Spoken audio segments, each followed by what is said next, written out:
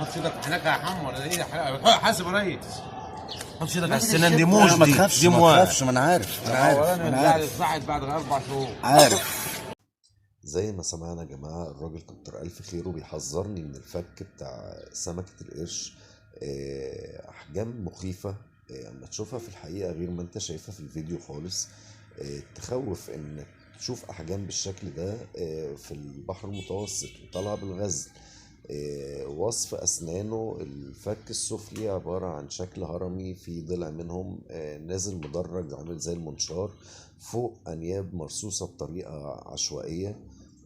مخلوق مخيف، وتحس إن هو قوي قوي جدا يعني. بنحذر منه في البحر المتوسط. موجود وطالع بالغزل. بسم الله الرحمن الرحيم. أعزائي مشتركي القناة ومشاهدي القناة، السلام عليكم ورحمة الله. كالعادة بنرحب بكل مشتركي القناة ومشاهدين القناة. الحقيقة يا جماعة النهاردة نزلت أعمل الفيديو ده لكذا سبب. السبب الرئيسي اللي نزلني إن أنا أقول لكل الناس مشتركين ومشاهدين كل سنة وانتم طيبين بحلول شهر رمضان المبارك. النهاردة الحد 29 شعبان 1445 10 مارس 2024. ينعاد علينا وعليكم الأيام بخير يا رب. اللهم بلغنا رمضان مجبورين ومستورين إن شاء الله. الأسباب التانية يا جماعة اللي نزلتني أعمل فيديو إن أنا وعدت بالاستمرارية وإن شاء الله هنستمر. ناس طلبت مني على الخاص بره مصر وداخل مصر. داخل مصر طلبوا مني أسعار السمك النهاردة إيه، يعني قبل رمضان هل في نزول في الأسعار ولا الأسعار زي ما هي ولا في ارتفاع. هنعرف الكلام ده كله. الناس اللي خارج مصر اللي طلبوا مني ان انا اصور اي معالم من اسكندريه، وطبعا حلقه السمك في الانفوشي في اسكندريه علم من اعلام اسكندريه. هنشوفوا الاجواء ايه، هنستكشف مع بعض السمك اللي هو في الوسع بقى، بنلاقيه في الوسع بالبلانسات اللي بتقعد 3 4 ايام اسبوع بايتين في الميه. بيجيبوا لنا ايه اللي احنا ما بنلاقوهوش كصيادين على البر وبنلاقيه في الوسع. هنتعرف وهنستكشف انواع اسماك، هنتعرف على اسعار الاسماك. ان شاء الله الفيديو يعجبكم. مش هفكركم يا جماعه باللايكات. كل سنه وانتم طيبين كمان مره. يلا بينا بقى نروح حلقه السمك في اسكندريه في بحري في الانفوشي، نشوفوا الاجواء عامله ازاي ونستكشفوا الاسماك والاسعار عامله ايه. يلا بينا. ده البدايه يا جماعه. لغايه ما نوصل كده بالكادر لغايه السقاله اللي بتنزل السمك في طوالي وتوديه على الحلقه. طبعا اخرها في البلانسات اللي هي بايته بقى في الميه بقى لها اسبوع، بقى لها 10 ايام، بقى لها 5 ايام. طبعا الناس دي كلها بتسرح وبتيجي بعد الصيده بتبقى مخزنه السمك في طوالي، وطبعا عليه تلج. طبعا عالم تاني ودنيا تانيه. زي ما احنا شايفين ده المكان ده اسمه السقاله في الانفوشي اللي احنا واقفين عليها دي. زي ما احنا شايفين كده في اخرها كده البلانسات اللي واقفه دي، اخر السقاله البلانسات دي هي اللي كانت سرحه وبتسرح طبعا بالاسبوع بال10 ايام زي ما احنا قلنا عشان كله يرزق. وسبحان الله اللي ربنا جعل البحر سبب لفتح ناس، فتح بيوت ناس كتير ورزق ناس كتير. تعالوا بقى بينا كده نشوفوا حلقه السمك فيها ايه. دي مدخل حلقة السمك في اسكندرية. طبعا حلقة السمك في اسكندرية في الأنفوشي في بحري، علم من أعلام اسكندرية، بقى لها عمر طويل، سنين طويلة جدا. سبحان الله اللي جعل البحر سبب لرزق وفتح بيوت ناس كتير. زي ما احنا شايفين دي حلقة السمك في الأنفوشي في بحري. تعالوا جوه كده نشوف الأجواء عاملة ازاي ونتعرفوا على الأسماك ونتعرفوا على البيع والشراء جوه بيتم ازاي. أول حاجة لفتت نظرنا طبعا واحنا داخلين ال4 قروش اللي احنا شايفينهم. أحجامهم أقل من القرشين اللي احنا شفناهم في أول الفيديو، كانت أحجامهم مخيفة كبيرة جدا. أول واحد ده أكبر واحد في ال4. الفك برضو مدبب جدا، الأسنان بتاعته إبر، عبارة عن إبر. طبعا أنا بتعامل معاه بحذر جدا لان ممكن يجرحني في اي وقت. يعني الملمس بتاعه وانت نازل على الديل ناعم جدا، وانت طالع خشن جدا. الكلام عن البحر ما بيخلصش يا جماعة.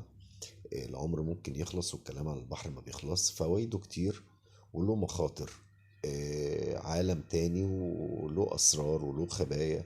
هنتكلم على كل حاجة بنعرفها عن البحر في اللي جاي إن شاء الله.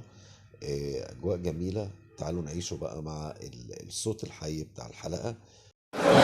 طبعا زي ما احنا شايفين يا جماعه ما شاء الله القاروص احجام ممتازه، يعني السمكه تقريبا بتتراوح من 2 كيلو ل 3 كيلو، في اكبر من كده زي ما احنا شايفين اهو، يعني في احجام ما شاء الله. القاروص وقار 111 قاروص بقى، احجام طبعا ايه يعني خمسات وستات زي ما احنا شايفين، السمكه فيها 5 كيلو و 6 كيلو قاروص بدون مبالغه يعني.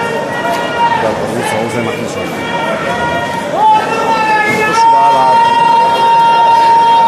خشوا على العضاد اللي في ناس بتقول ان هو من فصيله الدنيس، لا بنكرر تاني يا جماعه، العضاد من فصيله المرجان. زي ما احنا شايفين طبعا في سمك بيوصل 2 كيلو و 3 كيلو العضادايه زي ما احنا شايفين. ده وقار 111 اربع وانسس ما شاء الله، يعني ما شاء الله. ده مرجان يا جماعه وزيله زي ما احنا شايفين الخير الحمد لله، بس ده ما شاء الله يعني. في ثلاجه فيها شرابيش انصص واربع ما شاء الله. ايه يا حاج؟ ده دراك يا جماعه زي ما احنا شايفين. طبعا هي السمكه يعني طولها تقريبا نص متر وبتتراوح من 2 كيلو ل 3 كيلو. دي صغيره نص اسنان الدراك يا جماعه، ده اللي بيقص الشعر. بصوا السنان عامله ازاي، بصوا الدراك. السمكه طبعا اسنانها منشار يعني زي ما احنا شايفين طبعا.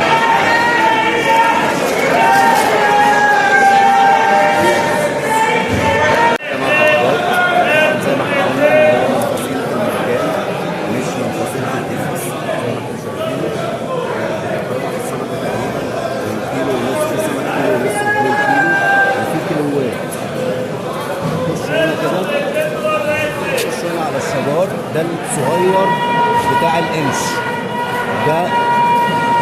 ده شجار مش ميرة، ده شجري. بنعرفه ازاي؟ بيبقى بوزه طويل شويه.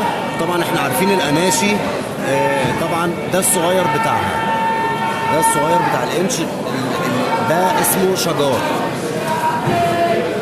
سمك برضو بيتراوح انصص على كيلوات. وده برضو عضاد فصيلة تانية غير اللي احنا شفناها دلوقتي. وده 111 وقار. العضاد ده يعني اللي احنا شفناه عاطي على اورنج، ده عاطي على رمادي شوية، وانصص وكيلوات وفوق الكيلو ونص كده ما شاء الله. كده بقى اللي ما يعرفش اسمها، السمكة اسمها لمبوكة. دي طبعا بيجروا لها في التسقيط وبياخدوها، ملمسها ناعم جدا. بتتراوح السمكة تقريبا متر الا ربع متر في الطوالي زي ما احنا شايفين.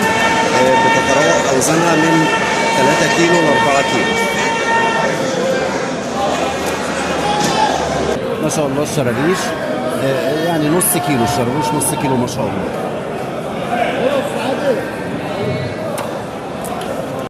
دي طبعا كابوريا، دي دكورة زي ما احنا قلنا في الفيديوهات قبل كده. طبعا الجزء ده لما بيبقى مستطيل كده او واخد الشكل الهرمي ده بيبقى ذكر، انما الكابوريا اللي بتبقى واخده كيرف كده في الجزء ده دي بتبقى انتاج. زي ما قلنا في فيديوهات قبل كده الذكر بيبقى واخد شكل هرمي اقل من الكيرف ده شويه. ده الفرق بين الذكر والنتاج. دي زي ما احنا شفنا اللي هي التعابين دي الخضراء يا جماعه زي ما احنا شايفينها اهي.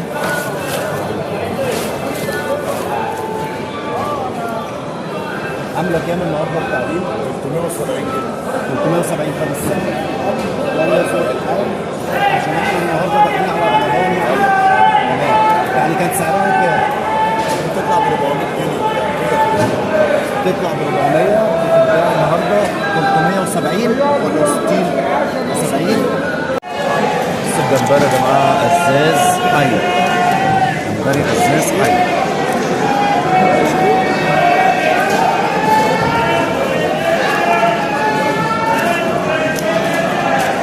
ما شاء الله حجمه جميل جدا.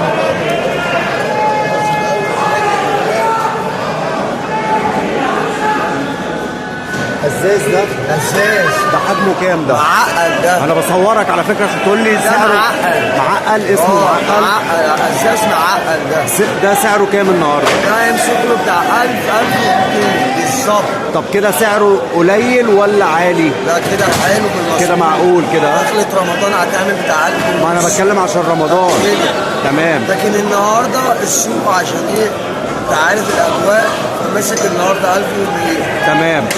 اسمه ايه بقى تاني؟ ده ازاز. ازاز معقل. بص العقل اهو. ازاز معقل يا جماعه. ماسك 1000 1200. 1000 1200 يا جماعه.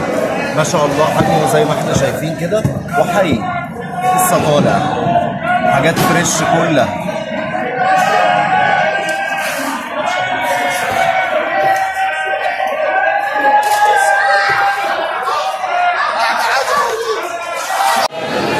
وده نوع تاني من الجمبري يا جماعه حي برضو، بيقولوا عليه احمر. ده بيقولوا عليه ايه؟ احمر. تمام. ده ماسك سعره كام النهارده؟ 550. كام؟ 550. 550 يا جماعه.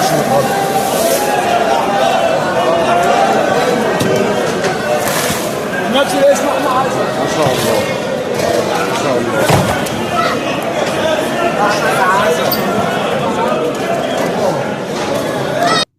بكده يبقى انتهينا من الجزء الأول زيارتنا لحلقة السمك. انتظروا الجزء الثاني في خلال يومين إن شاء الله. مرة تانية كل سنة وكل الناس طيبة ودايما بخير يا رب، ينعاد علينا وعليكم الأيام بخير يا رب. نكون نلنا إعجابكم في الفيديو القصير ده. إن شاء الله انتظروني في رحلة صيد قريب على خير إن شاء الله. السلام عليكم ورحمة الله.